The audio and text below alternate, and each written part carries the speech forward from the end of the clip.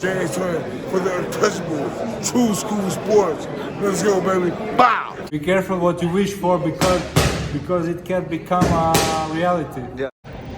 The untouchable True School Sports Empire proudly presents something the boxing game's missing. Hey, what's going on? It's boy BC, and I came here to talk some boxing with thousands of True School Sports subscribers. All right, so I'm still here in Shibuya, just getting to my destination. I wanted to give you guys another video because I had this thought in my mind. You know, it's been a really interesting crossroads in the lightweight division because you have Keyshawn Davis back in the States fight this weekend against Gustavo Lemos. It's a really big fight for his career, and it's a real step-up fight because we saw what Lemos did against Hitchens. A lot of people thought he beat Hitchens, and Lemos is going to come in very hungry, very determined to win. Last weekend, I was in Vegas. I covered... Hello. Hi. Last weekend, I was in Vegas. I went ahead and I covered Floyd Schofield as he took on Rene Talise-Garon. He showed some vulnerabilities there, got dropped. Damn near got knocked out, you know. And you know, I think Floyd Schofield is going to be a good fighter in the division, like good for the division, and net positive because he's going to be a fighter that you know, is going to be a tough fight for anyone because of his physicality, his athleticism, but he's got so many vulnerabilities in the pocket with his defense, and until he cleans it up, I think he's always going to be one of those vulnerable guys. You know, can get you out of there, but could also get put out because he's just defensively too leaky in close quarters, you know, but you can't be at that world-class level.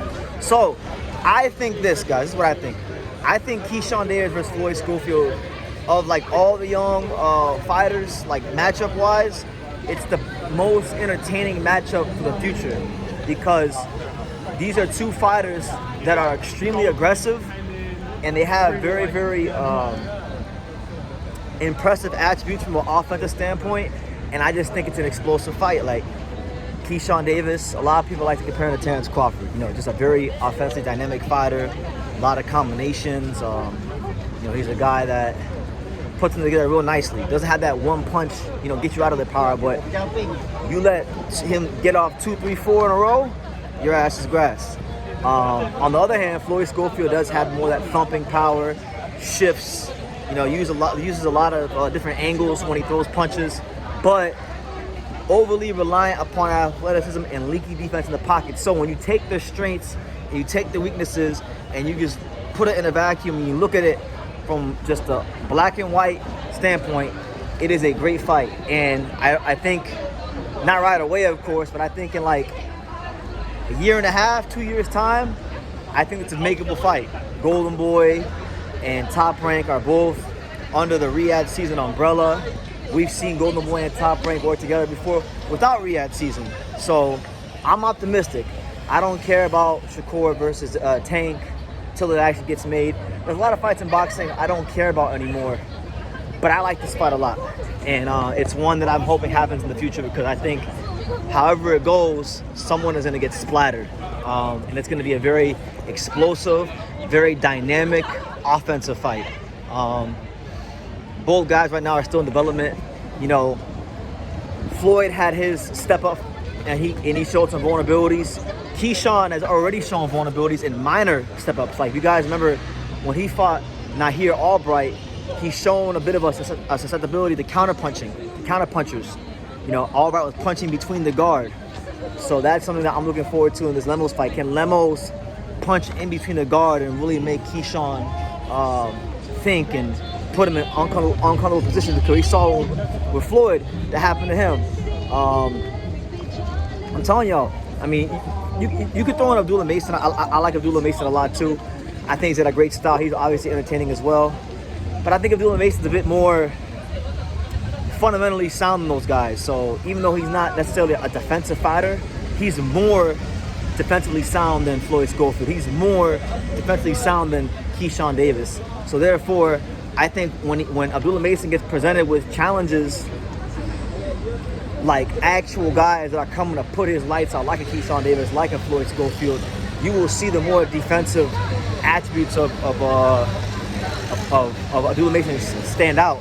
These guys, I think, they just have that leaky defense, mid-range, leaky defense in the pocket, and you know, like Keyshawn would have to be on his P's and Q's because Floyd Schofield is gonna have an advantage in the physicality department. In fact, that's the one thing Floyd Schofield has going for him against a lot of these guys, like even like Shakur, even like Devin. And mind you, he's only 22, and he's already like a tank. He's already like physically strong. When he really fills out and that man strength fully comes in, he's gonna be an even bigger problem for these guys. But he needs to clean some things up before he even gets to those guys, because if he's not careful, he'll lose on the way up. It almost happened against Rene Talese-Garon, and the same thing happened to Keyshawn Davis. So I'm spitballing here. I'm thinking out loud. I'm sure this won't be my last time I talk about these guys fighting each other. These guys are both going to be around for a long, long time, but it's been a matchup that's been on my mind. And For real? you can get in there. So what's up? We're talking about boxing. You watch boxing? Hey, watch boxing right here, man. Yeah. What's up, baby? What's going on, man? What's up, babe? How y'all doing? Good? Good. What's your name? Michael, bro. Michael. Brendan. Nice to meet you. Always a pleasure, man. You from where you from? Nigeria original. Nigeria. Sir, that's my spot right. That's up. When you guys like, we want to hang out with the girls, man. This is the spot right Oh, here. this is the spot right here. Is where you Yes, go? sir. What's it called? Flamingo. Flamingo. It's a titty bar, bro. Okay. I'll come through and I'll see you. All right, bro. Nigeria. So there you go. We got I guess we got a titty bar. So there you go. You guys had that. Flamingos out here in Shibuya. Shout out to them. Shameless plug. But back to the original subject. It's crazy. You start walking with a camera. You talk all confident. You got that aura, and people want to be all up in the video. The girls earlier, now the owner of the titty bar. But yeah. In closing, I'll say this: Keyshawn Davis versus Floyd Schofield is a very dynamic matchup, and I hope it's a matchup that not so much boxing fans clamor for, because every time boxing fans start clamoring for matches, they never get made. So I'm hoping this is a matchup that the promoters see value in. I hope Oscar sees value in. I hope Bob Arum sees value in. I hope, like, if he's gonna be around boxing a year or two down the line, 3 years down the line, Turki Al-Sheikh, I hope he sees value in it, because I want to see this fight, and I think it'd be a fight that would actually live up to the building from an entertainment standpoint, because both these guys, you know, and mind you, I'm speaking as they presently are. I'm not speaking for how they're going to develop. These guys are going to go through tough fights, learn some things, and I'm sure if they ever do fight each other, by the time they do, they'll be different fighters. But right now, they both got their vulnerabilities, but they both got a lot of exciting attributes too. So I had this one on my list of fights I'm hoping to see in the future. So let me know what you guys think. Keyshawn Davis, Floyd Schofield, what do you guys think? You can leave the comments down below. Make sure you guys take the time to subscribe. And like I say in every single one of these videos, you can love me or you can hate me, but I'm just keeping game. So until next time, thank you for watching another video on the untouchable True School Sports Empire. I'm at the Boxing Hall of Fame out here in Canterfield, New York. And for more great boxing content just like this video, make sure you click and subscribe right over here.